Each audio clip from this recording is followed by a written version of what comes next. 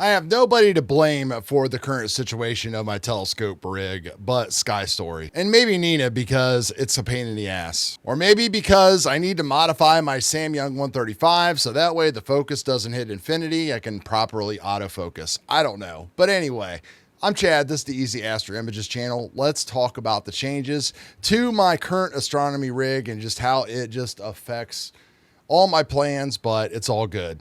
So as many of you know, I had these big plans of setting up the Samyang 135 and all that kind of stuff, and I made a little video about it. I'll put right here. You can check it out. We got a couple clear nights and got to kind of test things out. And I had some problems with the autofocus because the infinity focus stop its focus is real close to it. So, you know, the filter offsets and all that stuff. There's a little mod that Nico did that you can do to kind of improve that I need to work on. Nina, like the naming path between like the flats and everything was being dumb. And so weighted batch pre-processing and Pixelsite was being a pain in the ass. So in a freaking moment, I'd basically just like rage quit the Samyang 135. And in about 45 minutes, I came up with this setup right here.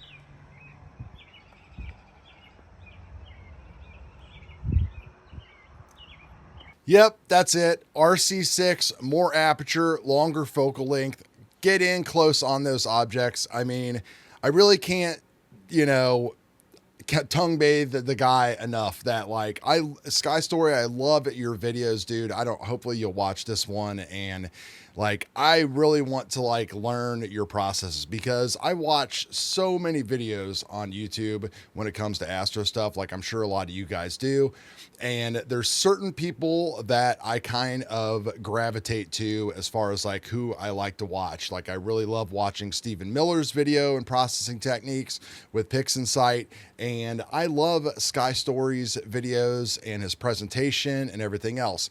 And if you love me just as much, of course, you can join the channel by clicking the little join button down there and helping us out for as little as $1 a month, or you can use one of the affiliate links down below in Amazon to help us out. So I appreciate all of my members. We just gained another member today, so I will have to refresh that list to put up here on the video. Thanks to all you guys for helping out the channel and believing in this crazy dude right here and helping feed my big boy down here. Isn't that right, Coda? Sometimes the Canadian accent could be a little thick. Like I'm trying to figure out, is it Earth in view or Earth in view? Like what do you use to like show your fits versus blink? I want to know. Comment below, please, Sky Story. Truth be told, I set this up the week before and I had to get a couple things that you saw in that picture. There was a counterweight and everything else, and I made the rig a little bit lighter, and we ditched all of that crap and went with an ASIAir. Spoiler alert, we have an ASIAir Plus new coming from China right now, so we'll see if I get slapped with a tariff bill when it gets here, but I highly doubt it. Okay, so here it is, the rig version 1. We just got everything tested and we've got everything roughly focused and everything all put together. Boy is excited to be outside. I think right off the bat, we need to move this up a little bit more, maybe try to move the rail. I would like to have the PC and power box right here. Right now, we're just using the ASIAir for testing because the power box isn't here. The AM3 was struggling a little bit with this weight, so we're gonna weigh this thing and see exactly where the weight is on all of it. So the weight in that current setup configuration, I think, was around 19 pounds, which is like right at or the top with that you can use on the AM3 without a counterweight.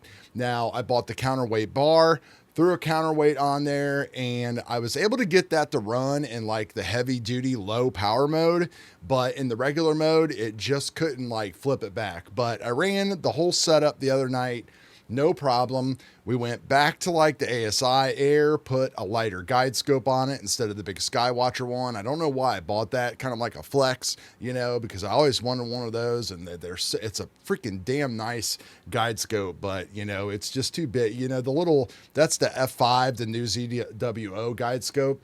It works, of course, just fine. The other thing, of course, is going back to the ASIAir.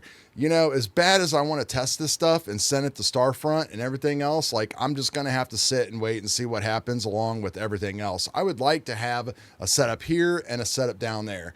And I don't really know which one I want to send yet. I need to get the SAMYANG working properly, which, I've got some ideas to fix that out, but I need time, and it would be nice to have like a scope running while you could test with another one. That's why I got the C-Star S50, which I absolutely love. Like, I'm going to make a video about it. I wouldn't recommend buying one of those things right now, of course, because of everything that's going on, but like the future of robotic telescopes is like where it's going to be. I saw Queeve talking about it, and I mean, I've definitely, I think, I don't know how long he's been doing this, but I started EAA, like 17, 18 years ago. That's what I started to do. So just seeing that I can get like those images like on my phone now, and then like play with the stuff that we've done, check out one of my C-Star processing videos here. It's just freaking blows my mind.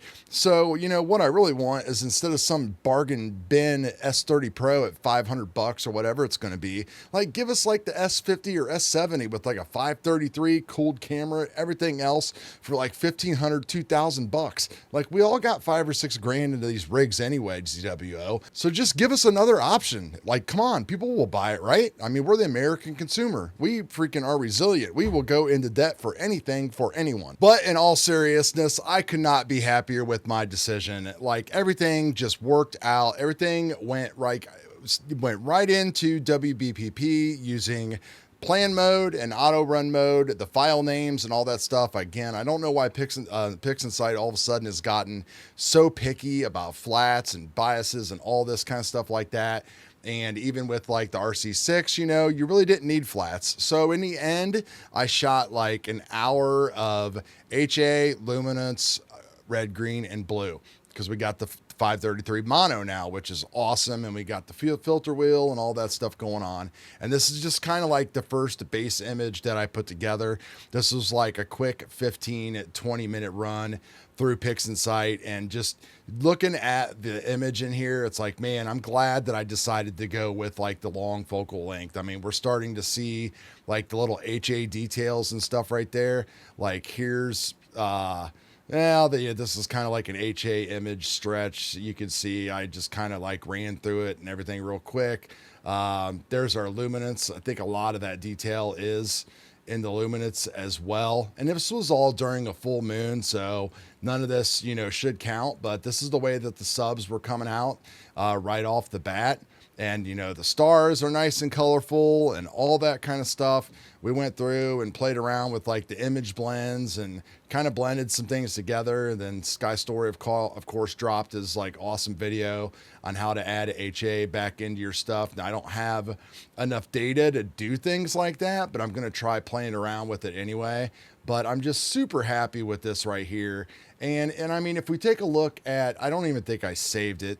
I did end up getting some data out of the SAMYANG that one night and put together a video, not a video, but like an image of it. And, I've been doing the wide field with the Red Cat stuff for so long that I did feel like it was time for a change. That's why I set up the RC6 initially. But then, I saw the weight and everything was kind of a problem, and I was going to have to add more weight to it. And I knew that when I added the counterweight bar and the counterweight, that things were going to be okay and that it would work just fine. The AM3 like just performs way awesome than it should. I'm so happy, even though it's the same price I think that the AM5 was when it came out. I think the AM5 might have been $2 grand, and I mean I ended up, I think, $1,500 for the AM3, but I know the prices have went up again, because things are just nuts.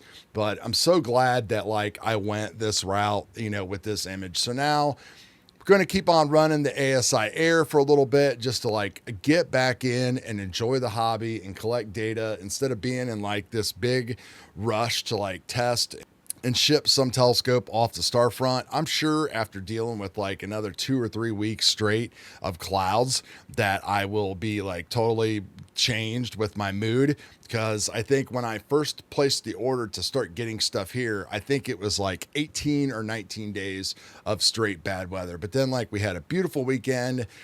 Tomorrow night's looking to be good. This weekend coming up is looking to be bad. So tomorrow night I'll probably have this rig out again, like shooting at the moon will be down a little bit more. So I'll just keep on like collecting and stacking data, and I'll stick to the same plan that I did in the ASIair. The only thing that I think that I was doing a little bit too much in the ASIair was I think I was dithering a little bit too much. I don't know if that's, I haven't had to worry about actual how much it's dithering for so long, because the wide angle dithers, but you just don't see it because you're shooting at such a wide angle. But when you're zoomed in at like 915 millimeters in focal length with the reducer that's on here, so this is the Carbon Star RC reducer flattener that gets you right at 55 millimeters. So like it's way easier to deal with than the other one that I had that you screw in and all that stuff. So everything on the setup just worked perfect. And again, I took all of the files off of the ASIair, dumped them right in the PixInsight, and it stacked the image and did everything properly without barking at me and complaining about me. So I have to go back and look at my Nina and figure out like what's going on, like why it didn't like my flats. Like basically what it was doing was it was failing to calibrate the lights, because I think that it did not like the naming conventions of the flats that I did in the Flat Wizard. Oh yeah, and taking flats with, we'll talk about this more in the Samyang 135 video, but taking flats with like the f2 lens, even with like the freaking cover from Astro Wanderer, I had to set the brightness level at 1, and I was getting flats that basically were at like bias speeds. So I got some neutral density film. We're gonna have to cover that up, and like it's just things that you deal with when you start dealing with like f2 and all this kind of crap. So and we won't even get into talking about like all that kind of stuff. It's just when you deal with the faster telescopes and stuff, even with like the HA filter on there, my flats were still like less than a second.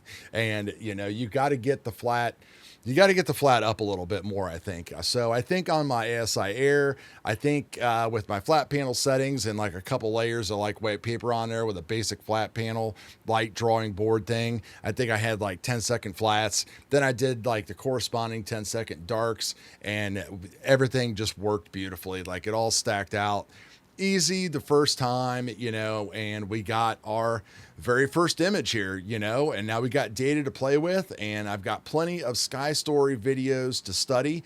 And again, if you guys have not got into like his methods and all that kind of stuff, I highly suggest that you start watching all that stuff from the beginning and pick up Affinity Photo, 2 for $60. I'm using the free trial of the Photolab 8, but I've seen him use it a little bit, and he says it's worth the $230. I haven't pulled the trigger on the price for that yet, but I'm definitely thinking about it. I would like to see him do a little bit more to show a little bit more about what's going on inside of there, to see like how much more I am gaining out of it, because I don't know enough about like that stuff, and I need to know in order to take advantage of this hobby. I need to know more about what I'm doing. And like he explains in his videos, you learn how to do stuff in PixInsight, and I can make a PixInsight video all day to explain processes and scripts and stuff like that to people. But when it comes to really going into like all these photographic elements to like draw out these details when we are looking at this long focal length stuff, this is really what it's all about. And one thing I hope that I've like shown and demonstrated is that there's no rocket science to this. Like everything worked just fine at 915 millimeters of focal length. I've got this weird tailing and like, some of my star spikes here and stuff, from the SCT. I don't know if that's just because of dithering or something. I'm not 100% sure, but you can always clean that stuff up. Like, you know, does it say that, you know, does it need collimated? I mean, I've never even attempted to collimate this thing once, and I've had it for years. So I'm sure I could even make this thing look a little bit better. But, you know, why even worry about that stuff when we've got Blur Exterminator and all that kind of stuff? It's just stuff that you just don't really need to worry about. I mean, I'm basically banking on what he is saying is that, like, you got the aperture, it's collecting the freaking information, and we're in this digital age now where we can do anything with our pictures. We just need to put the time on the target and get it to our computers and then sit here and have a great time. So hopefully you guys enjoyed this little video and all that stuff, and we will talk to you all later. Peace.